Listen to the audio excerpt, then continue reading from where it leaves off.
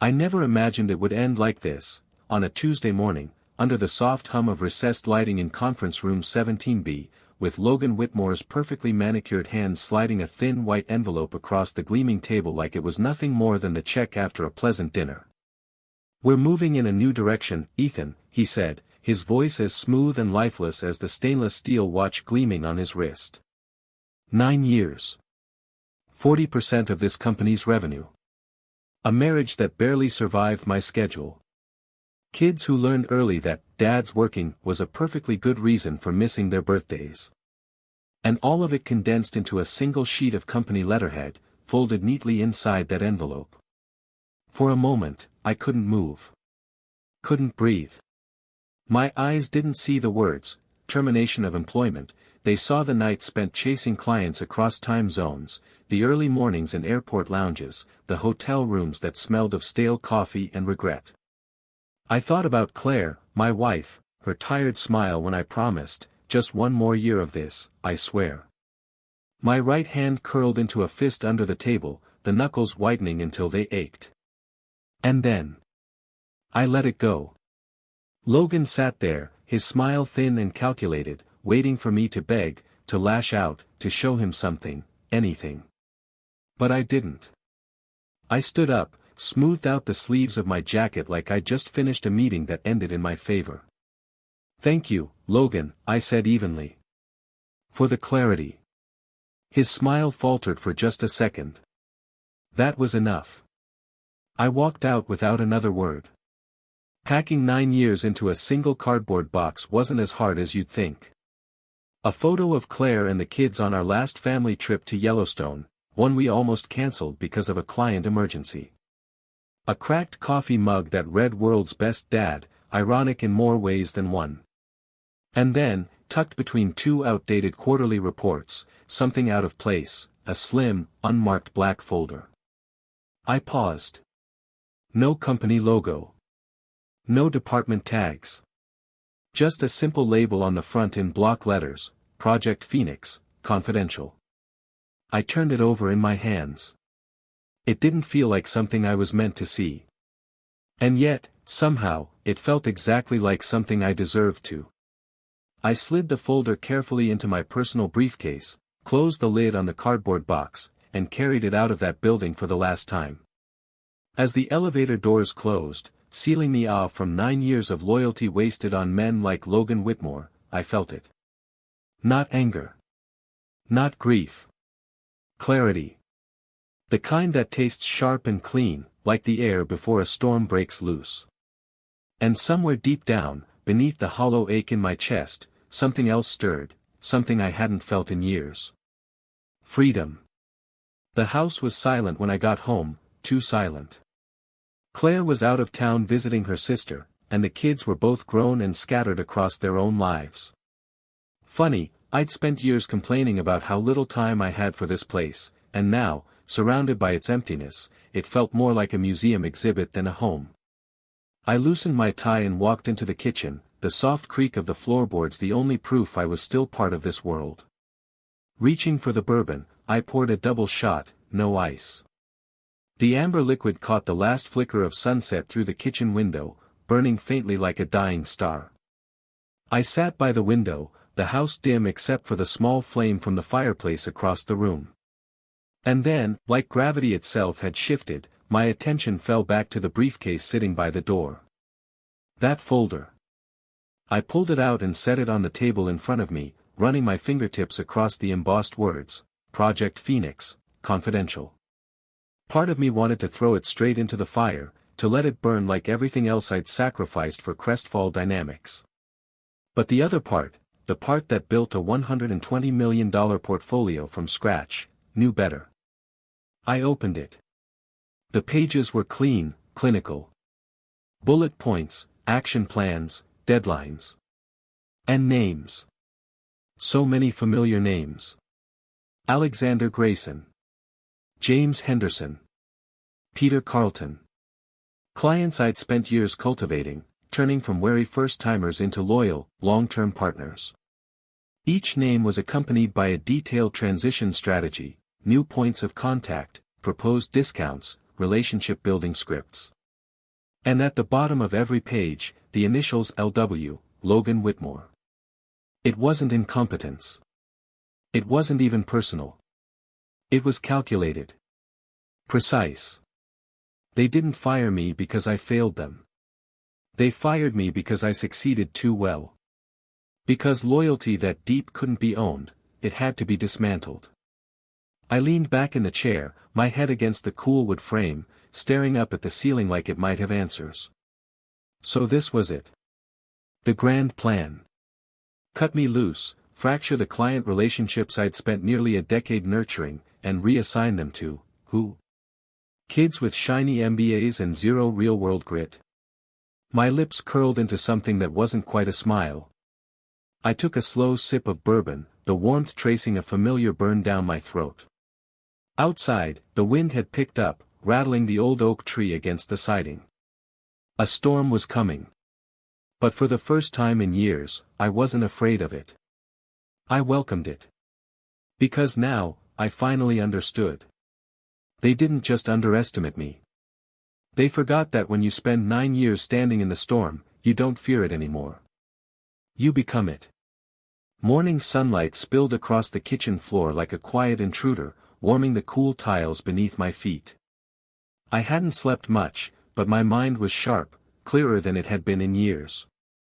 The black folder still sat on the table where I'd left it the night before, the words Project Phoenix staring back at me like some dark prophecy. I flipped it closed, pressed my palm flat against it for a moment, then slid it into the bottom drawer of my desk. That was the last time I'd look at it. I didn't need their secrets. All I needed was the truth. I poured myself a coffee, black, no sugar, and sat by the window as the city stirred awake. My phone lay on the table in front of me, its blank screen reflecting the faint tremble of my fingers. Strange. I'd stood in boardrooms negotiating deals worth millions without blinking.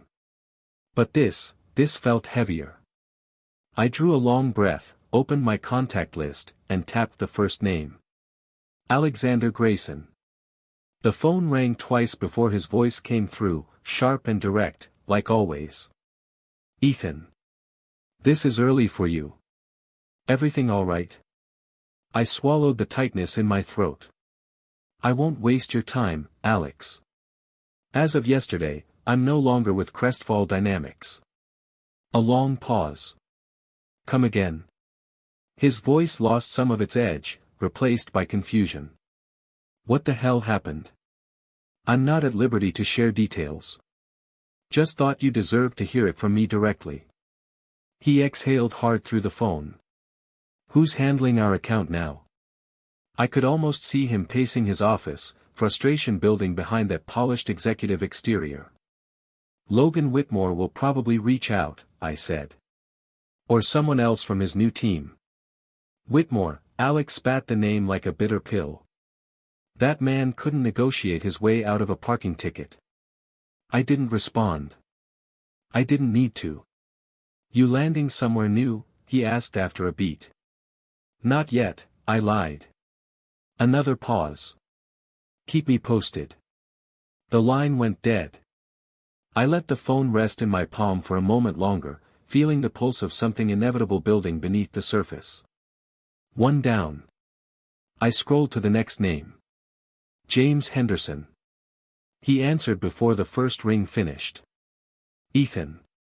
Heard some rumblings yesterday. Tell me it's not true. I smiled faintly. Henderson was always the most well-connected man in any room. If there was a secret worth knowing, he already knew it. It's true, I said simply. I'm out. Silence stretched between us like a taut wire. I assume they'll be reaching out about the renewal, I added. They already have, James said, his voice clipped. Whitmore himself offered me a 10% discount if I signed a 5-year extension today. Typical. They thought relationships could be bought like office furniture, replaceable, transactional. You taking it? I asked, already knowing the answer. I'm insulted they think that's all it takes, James muttered.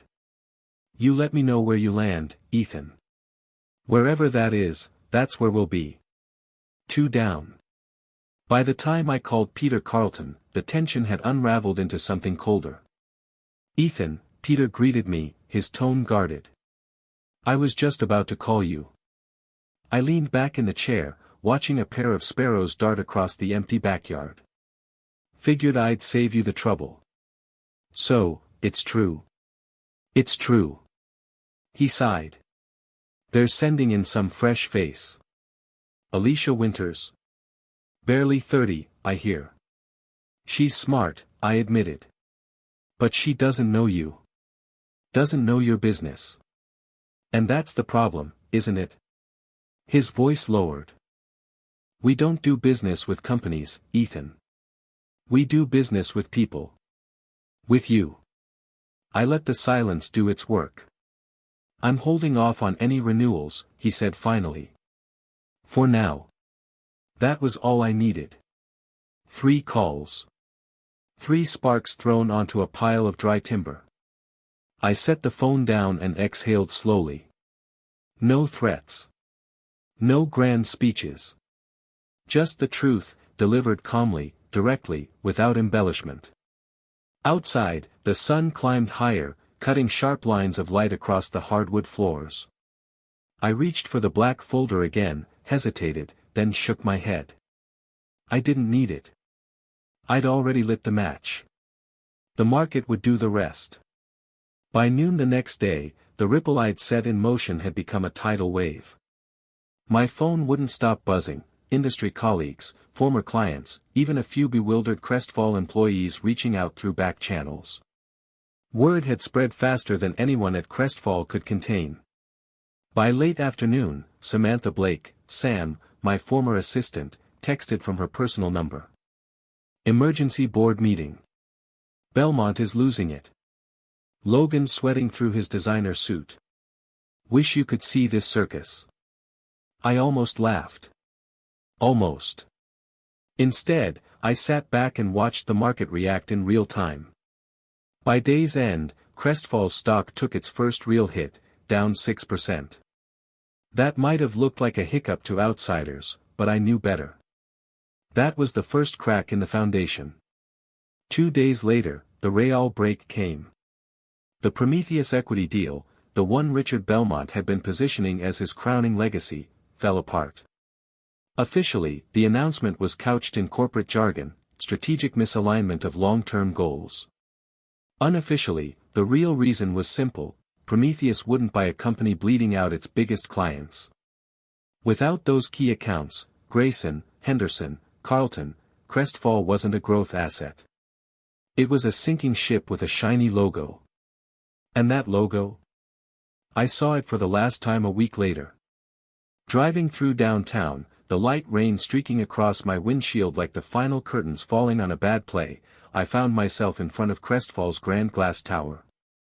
They were taking down the company sign. Piece by piece, each gleaming letter came down under the gray sky, C, then R, then E, falling into padded crates as if the workers were handling fragile remnants of a fallen kingdom. It was almost poetic. I pulled my car to the curb, engine idling, and sat there for a long moment. 9 years of my life had lived inside those walls. And now, like the letters slipping from their mounts, it all came crashing down, slow, inevitable, and irreversible.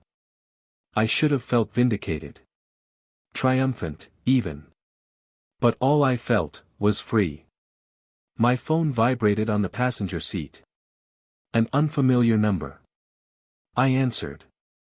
Mr. Callahan. This is Michael Grantley.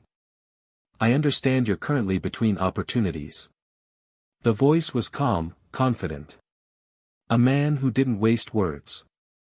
I've heard good things, he continued. From people whose opinions I trust. And frankly, I'd rather not wait for the formalities. I didn't speak. I didn't need to. We're prepared to offer you the senior VP position at Halcyon Partners, he said. Equity included. Full autonomy to build your team, manage your clients your way. What do you say? I looked back through the rain-streaked windshield at the half-dismantled logo of Crestfall Dynamics. The final letter, the L, hung there alone, dangling by a single bolt. "Mr. Grantley," I said, my voice steady, certain, "when do I start?" "Tomorrow, if you're ready." I watched as the last bolt gave way. The L tilted, then fell. "Tomorrow sounds perfect." And just like that, I drove away without looking back. Crestfall was no longer my concern. My future had already begun. The first few weeks at Halcyon Partners moved like a fast current. Deals closed quicker than expected, old clients became new allies under a different banner, and every morning felt like breathing crisp, untarnished air after years trapped underground. But it wasn't until a quiet Sunday afternoon that the past finally caught up to me. Claire was upstairs packing for a quick trip to visit our daughter.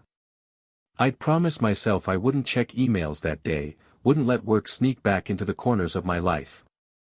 Then the doorbell rang. A single manila envelope sat on the front step, no return address, no postage. Just my name written neatly across the front. I closed the door behind me, slid my thumb under the seal, and pulled out a single sheet of heavyweight paper. Just one sentence, centered perfectly on the page. "Don't thank me. If I hadn't done it, you'd still be trapped in that golden cage. A friend." I stared at the words for a long time, my heart thrumming against my ribs like it wanted out. The handwriting was familiar, clean, precise, almost painfully neat. A style I'd seen countless times scrawled across meeting notes, strategy briefs, and, most notably, the corner of the Project Phoenix folder. Logan Whitmore. It couldn't be anyone else. I sat down heavily at the dining room table, the note lying flat under my open palm. My first reaction was anger, hot and immediate. The arrogance of it. The sheer audacity to frame what he did as some kind of favor. But the longer I sat there, staring at that flawless script, the more the anger bled away, leaving something heavier. Recognition. He wasn't wrong. Left to my own devices, I might have stayed at Crestfall until I became a ghost in that corner office, overpaid, underappreciated, a man defined by his title and nothing more. Comfortable, but stagnant. I thought back to that final meeting in the glass-walled conference room. The way Logan had pushed that envelope toward me, his expression unreadable. Was that regret I saw flicker across his face? Or was it something else entirely? Had he known what he was doing all along? Or had it all just fallen perfectly into place? Either way, the result was the same. He'd forced my hand, shoved me toward the cliff's edge. And instead of falling, I'd learned to fly. I folded the note carefully, slid it back into the envelope, and tucked it into the back of my desk drawer, right next to the Project Phoenix folder I never opened again. Sometimes the people who cut you loose aren't trying to watch you drown. Sometimes, they're just making sure you remember how to swim. And for the first time in a long time, I smiled, genuine, unguarded, and free. 1 year to the day since I walked out of Crestfall Dynamics for the last time, I stood in the executive boardroom of Halcyon Partners, a glass of bourbon in one hand and a signed partnership agreement in the other. The skyline beyond the floor-to-ceiling windows looked the same as it always had, clean lines of steel and glass cutting into a pale winter sky, but somehow, the view felt different. Clearer. Michael Grantley raised his glass. To the man who proved we didn't need to acquire Crestfall to take their market, he said with a knowing smile. Ethan Callahan, our newest partner. Gentlemen, this is what leadership looks like. Polite laughter echoed through the room, followed by the crisp clink of glasses. I offered a small nod in thanks, but I couldn't quite summon the same celebratory energy. This wasn't about revenge anymore. This was about finally building something the right way, on my terms. In the months after joining Halcyon, I'd rebuilt my client portfolio from the ground up. Not just the big names, Grayson, Henderson, Carlton, but new accounts, fresh partnerships forged on mutual respect, not just numbers scribbled in a quarterly report. And we hadn't just survived. We'd grown. By the close of that fiscal year, Halcyon's revenue had surged 34%, and I had a seat at the table where real decisions were made. But today wasn't about numbers. Today was about something else entirely. That afternoon, I stood on the main stage at the North American Financial Leadership Conference, a spotlight warming my shoulders as a sea of faces looked up, waiting for me to say something profound. I glanced at the rows of executives, analysts, and young upstarts hungry for their first big break. And in the back of the room, almost like a ghost of a life I'd left behind, sat Richard Belmont. Older. Smaller. His posture slumped under the weight of a legacy that never quite lived up to its promise. For a moment, our eyes met. He gave me a small, almost imperceptible nod. Acknowledgement. Acceptance. And then I turned back to the microphone, clearing my throat. In this industry, I began, my voice steady and unhurried, we spend our careers calculating risks, evaluating the cost of every potential fall. But here's the truth no one tells you, sometimes, falling isn't the worst thing that can happen. A hush fell over the room. Sometimes, I continued, the people who push you over the edge aren't trying to break you. They're giving you the chance to realize, you've had wings all along. I paused, letting the silence settle. And if you're lucky, I added with a faint smile, you'll learn to fly before you hit the ground. Applause started slow, then built into a rolling wave. But even as the room stood to their feet, my eyes drifted to the clock mounted on the far wall. I was going to be late. I stepped off the stage before the applause fully died, exchanging quick handshakes on my way out. There'd be time for more of this later. Today, I had somewhere more important to be. The school auditorium was already packed when I slipped through the side entrance, my chest still tight from the rush. And then I saw him. Liam, my son, standing center stage with his guitar strapped across his shoulder, scanning the crowd nervously. For a split second, his eyes caught mine. I raised a hand. He smiled. And right there, under the warm, imperfect lights of that small-town stage, I knew. This was the moment I'd worked for. Not the title. Not the partnership. This. That night, after Liam's performance, we sat in the living room at home, the fire crackling low, the air soft with the kind of peace I'd forgotten existed. I poured myself a bourbon. Same bottle. Same glass. But tonight, the taste was different. No bitterness. Just warmth. And for the first time in years, it tasted exactly like freedom.